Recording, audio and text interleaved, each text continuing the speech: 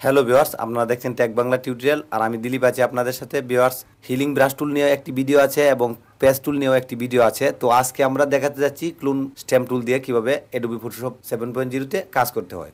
তো কথা না বাড়িয়ে আমরা বরাবরের মতোই চলে যাব অ্যাডোবি ফটোশপে। তো আমি আগের দুই পর্বেতে যে দুইটি পিকচার দিয়ে আমি কাজ করেছিলাম সেম দুইটি পিকচারই রেখেছি আজকের পর্বেও। আমি চেষ্টা করেছি খুব সুন্দরভাবে আপনাদেরকে টিউটোরিয়ালের মাধ্যমে কিভাবে ক্লুন স্ট্যাম্প টুল দিয়ে কাজ করতে হয় এটা বোঝানোর জন্য।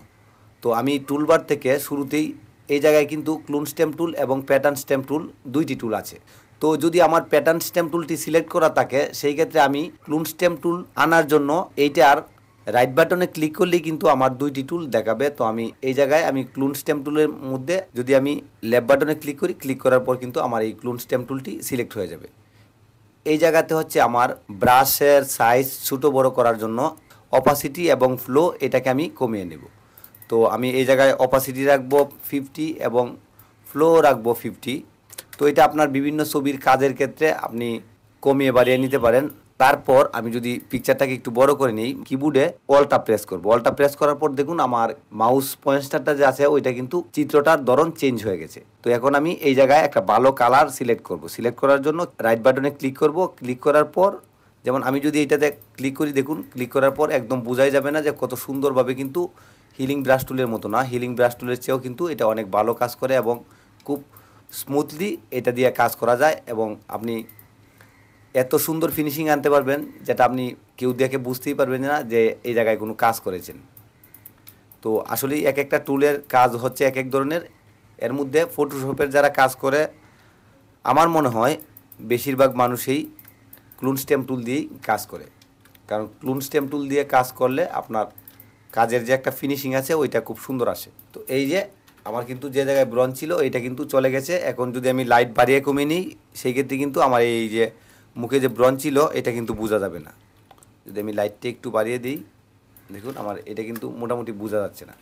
এখন আমরা ডকুমেন্টসে কি কাজ করতে পারি।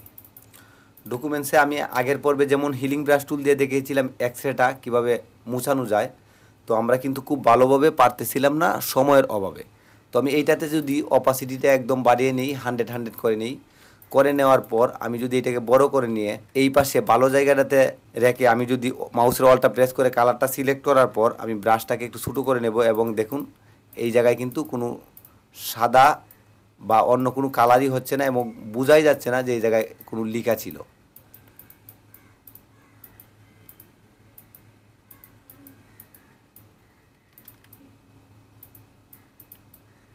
দেখুন এটা কিন্তু খুব সুন্দরভাবে আমার এটা মুছে গেছে। তো আশা করছি আপনারা বুঝতেই পারছেন যে কীভাবে ইয়ে করা যায়। যদি আমি সেম একটা বিষয় যে আমি এইটুকু জায়গাকেই আমি এই জায়গায় নিয়ে আসব, সেই ক্ষেত্রে আপনি দেখুন আমি যদি এইটার উপরে মাউস ড্র্যাগ করলাম অলটা প্রেস রেখে, ড্র্যাগ করার পর আমি এটাকে একটু বড় করে নিলাম, বড় করে নিয়ে যদি আমি এই জায়গাতে এইভাবেই শেপটার পুরো জায়গাটাতে যদি আমি এই যে এইভাবে দিই, দেখুন আমার সেম এই পাশের শেপটা কিন্তু আমার এই এই জায়গায় অ্যাপ্লাই হয়ে গেছে।